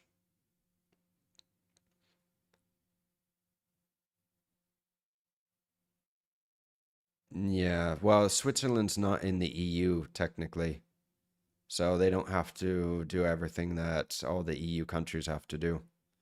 It gets complicated. It really does. So, Zhao Botnik, how do you connect with your mother and siblings? Well, I don't have siblings. I just have my mom. So the only way I can do it is through video call. Unless I travel, of course. But video call is the only way. And, well, distance, huh? Yeah, Joe. Yeah, I'm live. You just caught the end of the video review. So right now we're just talking. If anyone has any cooking questions or anything, now is the moment to ask. Because we're not like watching a video. If I didn't see it, your first question, I apologize. When we were like live or watching the review. But now if you guys want to like ask a question, go for it. Here, shallots in Jakarta are cost around €3. Ooh. Ooh, that's not cheap at all. That is not cheap. No, shallots here are a little expensive. Charles, it's a real pain. I was U.S. Navy. Yeah, I know. Well, prices are, I don't know where we're going to be in 5 years with the prices, but it's getting a little pricey with everything. SVR question, why do so many home cooks prefer a paring knife to do kitchen knife stuff? Oh, well, it's probably because a paring knife, they're small. They're only about this big. And paring knives are great because they're teeny, so you can do a lot of like small work with them. I mean, technically speaking, I can burn walls of shallot with a paring knife. But do I? No. I use a chef knife normally. The paring knife is probably easier for people because they don't have to use such a big knife. Like the bigger the knife, the harder it is for people to use. But, you know, sometimes you do need to use a bigger knife. A paring knife is just a small chef's knife, unless you have the bird beak, which is a little curved one. Gregory, I love your personality, James. Aloha from Hawaii. Oh, thank you, Gregory. Aloha. I miss the islands. I used to live there many, many, many years ago, and I really enjoy Hawaii. It's really, really, really nice. I used to live on the Big Island in Kona. I helped my dad when I was 17 open up a restaurant there. I had a lot of fun that summer. It was a lot of fun. When I had a little bit of time off, we went to Kauai, and then we went over to Oahu and spent a little time. I used to have some friends on Oahu. Yeah, no, Hawaii is wonderful, but Hawaii's expensive if anyone wants to know, eh? Oh, Gregory, you live on Maui. Oh, I haven't really been to Maui. My mom used to live and work on Maui, and so did my dad. He was the executive chef for the Kapalua. Let's say he was the executive chef for Kapalua and the Maui Prince. And I think the Maui Prince was shut down like years ago, if I'm not mistaken. Daniel Higgins, do you think you ever open up your own restaurant? Well, Daniel, I would like to, but there's a few things with opening a restaurant. I've been in the hospitality industry for a very long time. I grew up in the hospitality industry with my father, and my parents used to own a restaurant. So when people think like, wow, since you're a chef, you obviously have your own restaurant, it's not the most cost-effective investment. It really isn't. Like the amount of restaurants that go under within the first 5 years will surprise you. More than 90% go under within the first 5 years. Yeah. And a lot of restaurants are not run by chefs. A lot of them are run by people that don't know. But the amount of time, the amount of work, the amount of energy that you have to put into it, into a physical building, and then you have to pick a good location, and locations are not cheap. I honestly, my opinion, a food truck would probably be more effective and will make more money than a restaurant. And food trucks here in Spain are not very common. It's not like a thing. In America, they're very popular. Dominion, it's a horror to have a restaurant. Yeah, no, it is. Like, think about it. Years ago, To have a successful restaurant, you wanted, well, my dad used to say, this is years ago, all right? So we're talking more than 20 years ago. He used to say you want to keep your expenses below, like food costs below 30%. Okay, 20 something years ago, you could do this. Today, I don't even want to imagine what food costs are, really. And not just food costs. You have the rent, you have the utilities, so all the gas, the electricity, everything. You have to have insurance, you have to pay the employees. On top of the employees, you have to have insurance for the employees, you have to have insurance in case someone hurts himself. It's a lot. The kitchen itself, the equipment. Just to give you guys an idea, one Rationale oven, yeah, the nice ovens that I absolutely love. So if anybody doesn't know Rationale, just Google right now, Rationale oven, and you'll see them. The full-size oven, the big ones that you can put a trolley in, they used to cost around $70,000. Okay, they may be more now with inflation. It is incredibly expensive. I mean, you could easily put $1 million into a restaurant, and then you have to hope that you have a good menu, you have a good chef, you're popular, and you have a lot of people that'll walk in. So there's a lot of variables with it. So when you think, like, is this investment really worth it? Like, seriously. Sometimes a food truck, you buy the truck, you still have to invest in it, but you don't need to pay a waiter. You don't have to have cleaners. You may have one or two other people helping you, and that's it.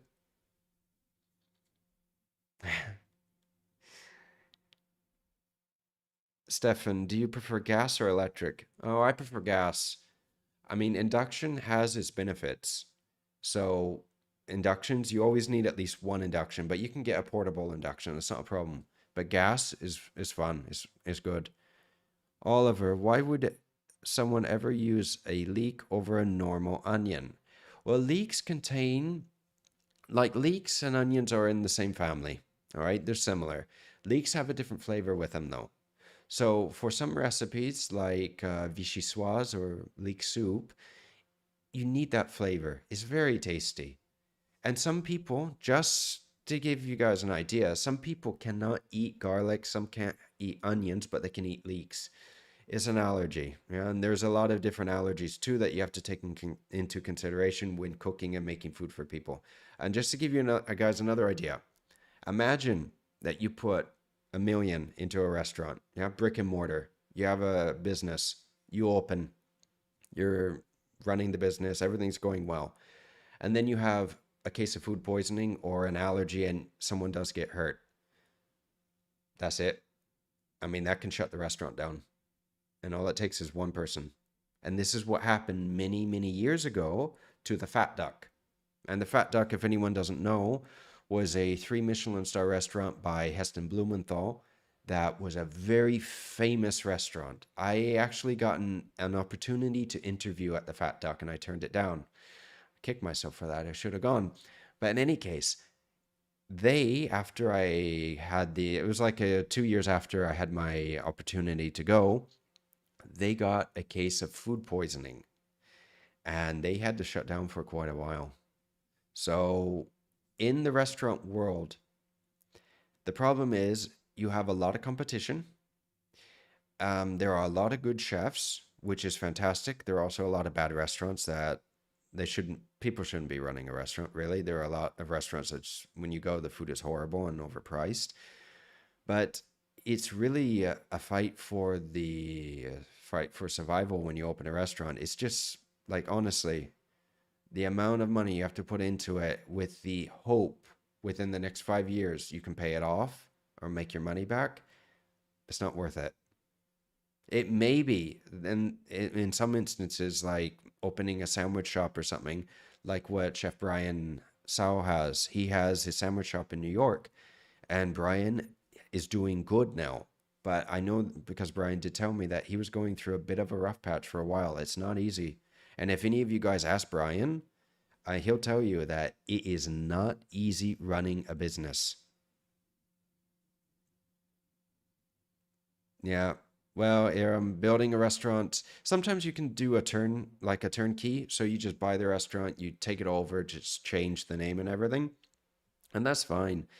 But Right, Zach, you're right about this. Yeah, Zach makes games. That's right. During the lockdown, during Corona, oof, that was detrimental for the hospitality industry.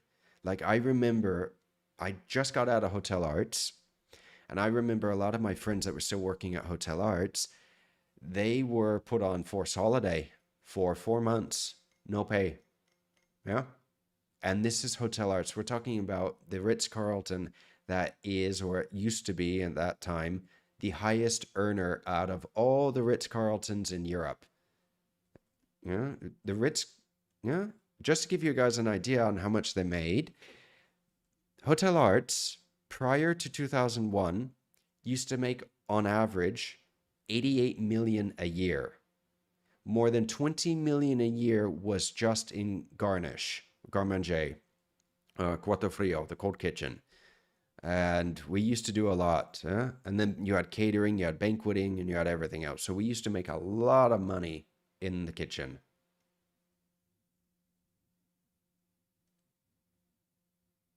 Stella, how come my comments always get skipped? Oh, I'm sorry. It's because right now I'm reading chat from a lot of different, well, I'm reading chat in a lot of different like little chat channels here, and some of it's a little fast. Zach makes games. My brother was in catering, and they said they couldn't give him any hours, so he had to work for Amazon for a while. Yeah, that's how it is.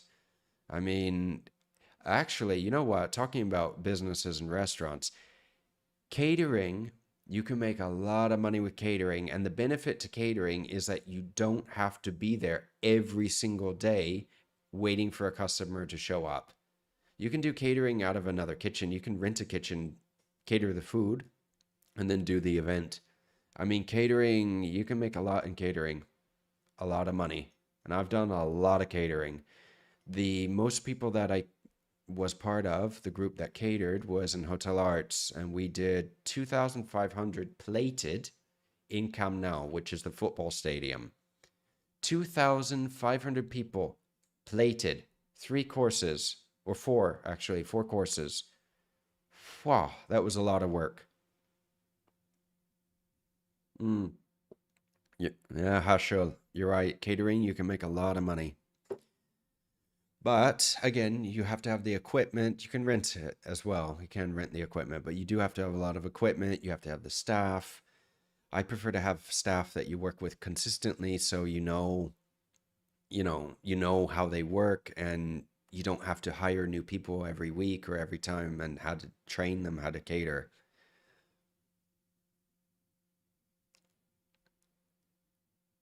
Memo tag, hotel restaurants might be good work too since there's steady customers. See, no, you're right about that. All right, so if anyone is interested in hospitality and wants to work in a kitchen, my dad used to always say, always work for a hotel. The reason why, because you're not just relying on the income from the restaurant, you have the hotel making money. And if the hotel, like over here, a lot of them also have casinos, it makes more money. Zao Botnik, you've worked in some top kitchens. Do you have a leading role in the kitchen? Do you have a leading role in the kitchen, and do you apply for jobs, or do you get asked? Well, the thing is when I was in Hotel Arts, I mean, I've been asked to go to other places. I've been interviewed to go to the Four Seasons in Hampshire, and also in England, Hampshire, as well as in San Francisco to be the banquet chef and everything. This was years ago. I didn't take the jobs. I stayed in Hotel Arts because I wanted to stay in Spain. The thing is, with let's see, do you get asked for jobs? I used to get asked for jobs. Right now, well, I still get asked for jobs on LinkedIn. So I still get asked if I want to apply for different positions and everything. But no, not right now. No. I don't really want to have to move just for the job and to move to a new country and then to work my life away just doing that. No. I prefer YouTube right now. It's much more fun. It's more fun to educate people as well, because I mean, I can talk to you guys now. Although I do have to admit, catering's fun. Catering is a lot of fun. Because you're not just stuck in the kitchen. You can go anywhere where there's an event. I mean, I've done catering for Formula One. I've done catering at Camp Nou.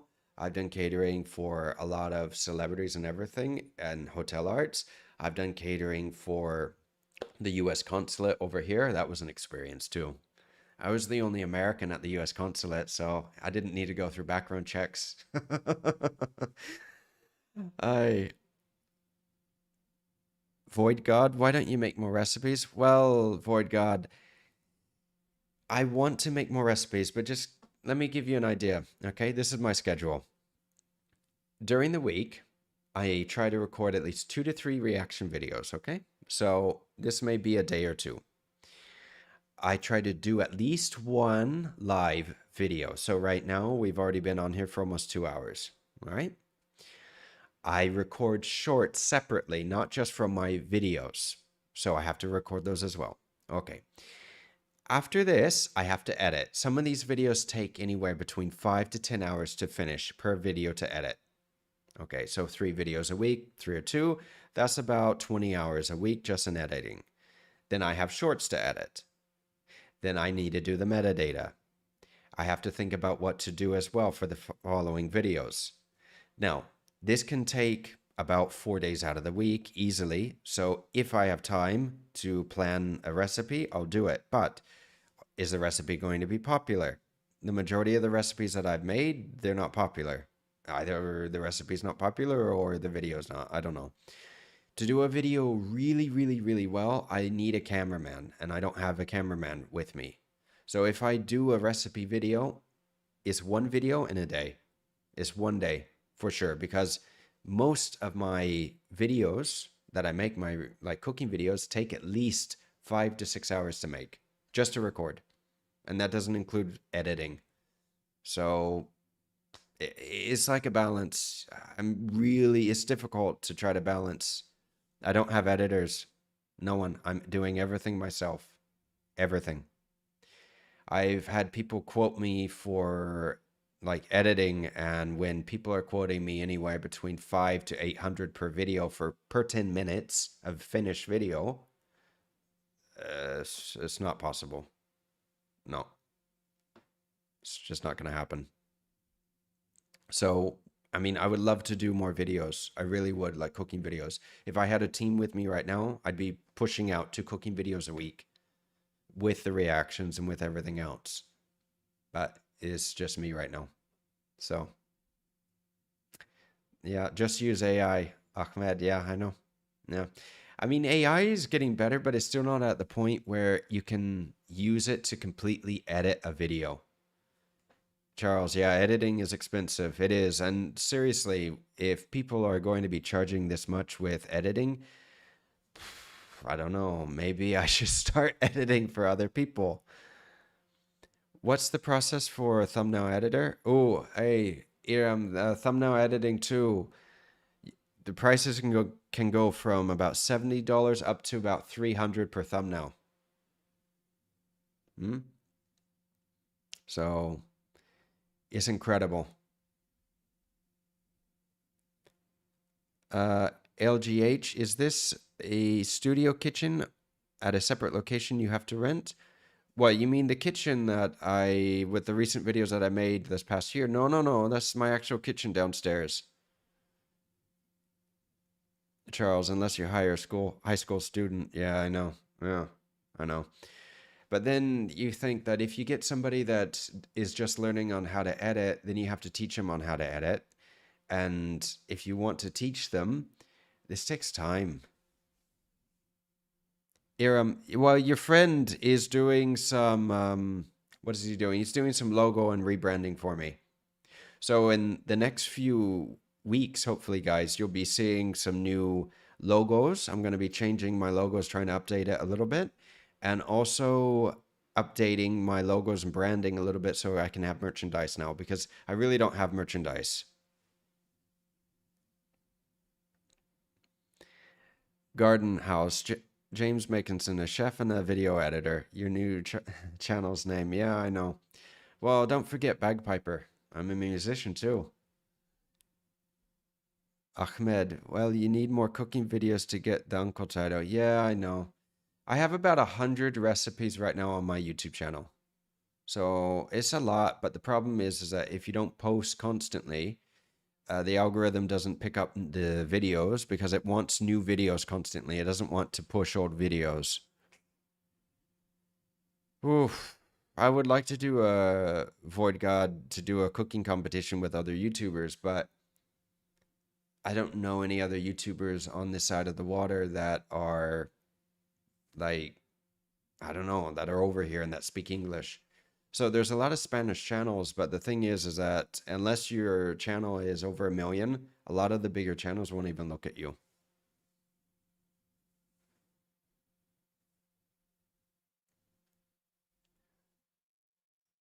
Uh, Honey, what was your most frustrating experience in the kitchen that make you almost quit, or that made me almost quit? Ooh, that's a good one. Frustrating. I would say after working about 120 hours a week, not having any holiday, that starts to get to you after a while. It really does. Even if you have 2 days off, because the first day off, you just want to sleep. And I used to sleep for like 14, 15 hours the first day off. And then I used to do something the second day. But if I did too much the second day, I'd get sick and I had to go back to work. So, because in the kitchen, if you're sick, you can't take a day off. That's not how it works. Seriously. You think that, oh, well, you can take a sick day. Well, in the US, yeah, but in other countries, it's not really like that.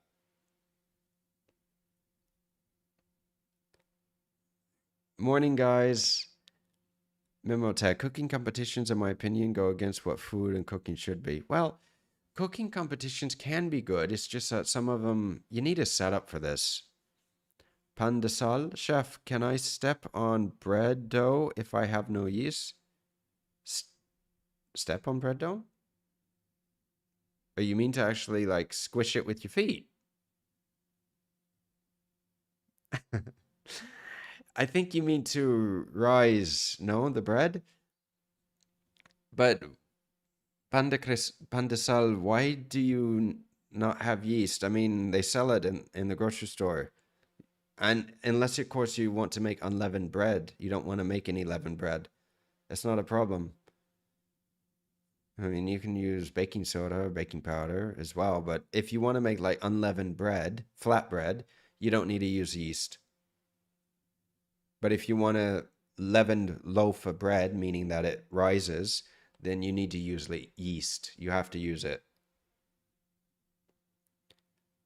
Jose Gonzalez. Can you cook Mexican? Sí. Oh, sí, sí, eh? No, I love Mexican cuisine. The problem is, can I get the ingredients?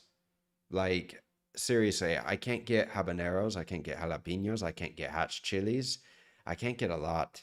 Even trying to get like cornmeal, well, I can get cornmeal, but I can't get the corn husks to make like tamales and everything. So I could, but it depends on the ingredients. But I used to I was born in Arizona, so I grew up in the Southwest, so I had Mexican cuisine all the time, like really good Mexican cuisine. Because in Arizona, since it's a border state, we had a lot of Mexicans that had a lot of good restaurants in Tucson. A lot. Again, talking about, oof, I don't want to say it, talking about 30 years ago. That was a long time ago, huh? Yeah, wait, cornmeal and polenta are not interchangeable? No, no, they are. It's just that it depends on the size because not all cornmeal is milled to the same like size. Dominion, and not every ingredient can be ordered. No, you're right about that. Not every ingredient can be ordered. You have to do special orders sometimes. Zero, carne asada tacos. Oh yeah, carne asada. It's tasty. Very good. Void God, what is the hardest dish to make in your opinion? Hardest dish. I would say I can't really give you like a dish specifically because for a beginner, let's say for a beginner, a hard dish I would say is paella. It's difficult. It's not easy to perfect. After you get a little bit of experience, it's not necessarily about a dish being super hard as much as it takes a long time to make. So for me, any dish that takes more than, let's say, 4 or 5 hours starts to become a bit of a hard dish.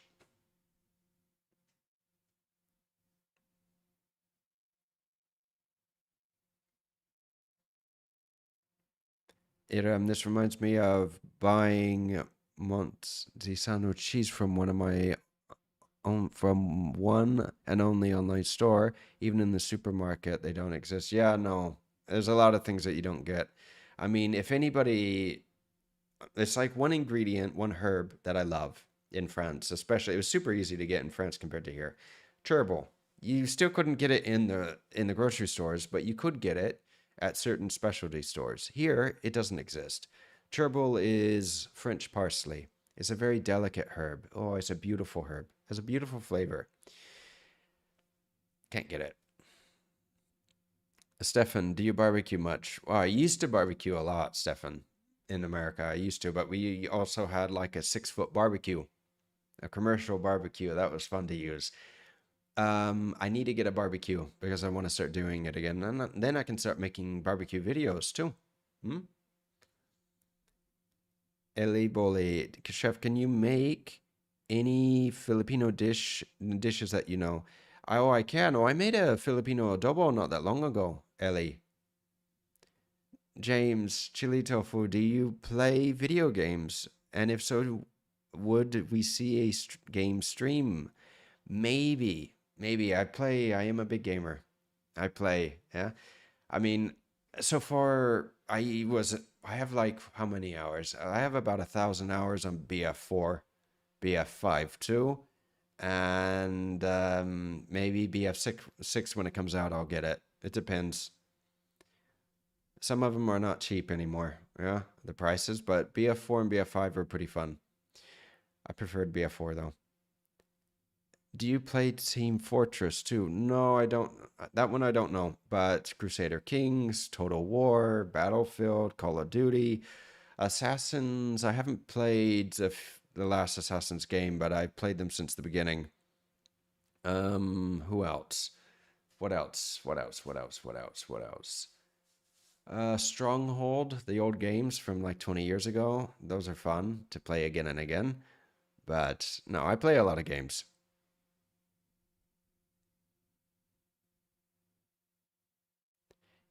MN design. I know how to drop price to thumbnail and editing, but I need to build a system and templates first. Yeah, I know. No, I know. I don't use templates. So when I edit, I literally do everything manually. Everything. Because I'm not a video editor. I'm a chef that taught himself how to edit videos and also how to do videography. Yeah. Darksiders are cool to play. Darksiders. Dota 2? Marvel? No, I haven't played a lot. Age of Empires. Ah, yeah, Age of Empires I used to play. Yeah, that was a good one. God of War, I've played. God of War 2. See, no, I played the recent God of Wars. I haven't played the earlier ones. I had the first PlayStation when it came out. That was back. Let's not talk about what year that was, but anyway, that was a lot of years ago. And I've had an Xbox, but I prefer PC to console. Black Ops 3. I don't think I played Black Ops 3. I played Black Ops 1 and 2. Resident Evil, no. Assassin's Creed, yes. Assassin's Creed I've played. Like, if I look at how many games I have about 60 or 70 different games. Red Dead, Grand Theft, I've played. And I'm waiting for Grand Theft 6 to come out. I can't wait until that comes out. There's also a new one coming out, guys. The The Witcher, that was a good one too. It's from an ex-Witcher dev, I think. It's a vampire game that's coming out soon.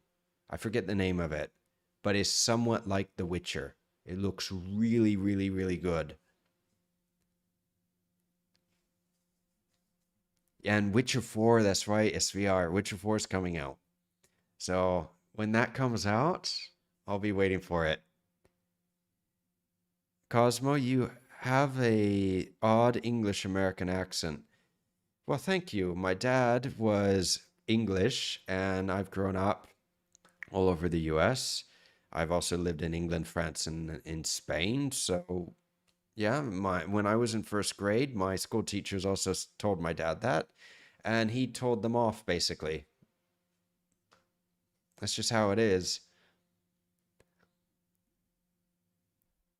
Yeah, Witcher is top. It is. It's fun to play. Irumps, do you play Switch or Switch 2? No, I haven't played those. I've never played Doom. No, no, haven't played that. A lot of the old like Total War series I've played. Medieval Total War, Rome 2 Total War was a good one. That was a really good Total War.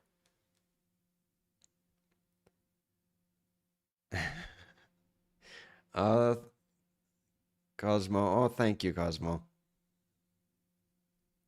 Lord God, do you read any books or novels? No. I don't have time. No, I don't. I mean the console. No, I don't. I don't have a console right now. I just play PC. But then again, I built my own PC. So 2 years ago, I think it was, I built my PC. It's going to be 3 years now, this PC. And this PC is a very, very, very powerful PC. Like right now, I can easily edit and render in 4K. So playing a bunch of like The Witcher, Red Dead, and everything now, because I played that on my old computer, which, oh, the graphics were horrible. And playing it on this, oh my goodness, the graphics look so good.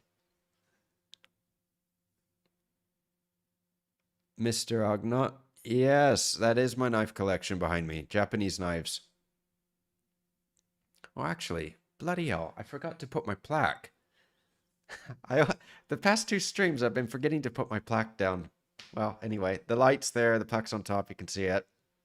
It's my YouTube plaque. I forgot to put it down for you guys to see it. It's okay. It's fine.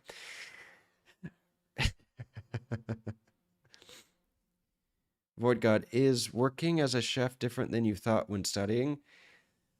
Well, Void God, I grew up in a house where my dad was a chef, and I grew up homeschooled after first grade. So I always knew what chef life was like with my dad. He never wanted me to become a chef because of the hours and everything, but he taught me how to cook. So at 14, my parents opened a restaurant in Friday Harbor, Washington, and I started cooking with them, professionally cooking, not just at home. And after that, we were working 18 hours a day in that restaurant. I didn't have a day off in the first 6 months with that restaurant because it's a family business. So years later, I took a little sabbatical to pursue music that I wanted to do when I was like 17, 18, because I wanted to do music. I did some bagpipes, I did a bunch of competitions, got up to grade 1 from beginner after a few years, and then I went back to cooking and I worked with my dad again. I worked in Seattle and I've been cooking ever since. So I never went to culinary school. I always learned from my dad. Family business can be the hardest. Yes, it can. Yeah. Alchemy. Oh my goodness, child labor. Yeah, oh yeah, it is child labor, yeah. It is. Dominion, I miss working as a chef, mainly the late hours, and while being busy, the hours pass before noticing. Yeah, no, no, it's true, Dominion, you're right. I mean, like when you have a really good busy service, that is fun. Yeah, a busy service is fun. For me at least, because the time passes faster. In London, we used to start dinner service at 5 until midnight. So if it was a slower service, and slow I mean like 150 covers, it wasn't that fun. If it was fast, like more like 300 people or more for service, that was fun. Yeah, push, push. Alchemy, if you worked 18 hours, oh, I was homeschooled. I didn't go to school. So basically, to put it plainly, when I was working 18 hours a day, I couldn't study. I had to work. Chili tofu, James, do you remember did any music theory? Studying, no, but in bagpipe, you have a lot of it's specific music to piping. It's called pibroch. Pibroch is the big music, actually pipe music, and there's another style of music that's different than the celomor, which is like the lower music. So in bagpiping, you have marches, strathspeys, reels, hornpipes, jigs. You have all these types of music, slow airs, and then you have pibroch. And pibroch is a type of music without a beat. There's no beat to it, nothing. So when you know that you have a 4/4, you have a 6/8, or you have, let's say, a 2/4 with a march, with pibroch, you cannot tap your foot. It's all about feeling. So with this type of music, you can either sing it or you can pipe it. That's it. And there is a university in Scotland that teaches you pibroch on how to pronounce it, to sing it. Obviously, I didn't do that. But if you get a good instructor, especially like a piping champion, then it's the best thing to learn from one of them, because you need to learn the rhythm and the style of playing. Because each subsequent bar, each version or variation of, like, you have throws, you have jigs, well, not jigs, you have throws. Bloody hell, I've forgotten a lot of it. I have my pibroch book. One moment, guys, let me just show you.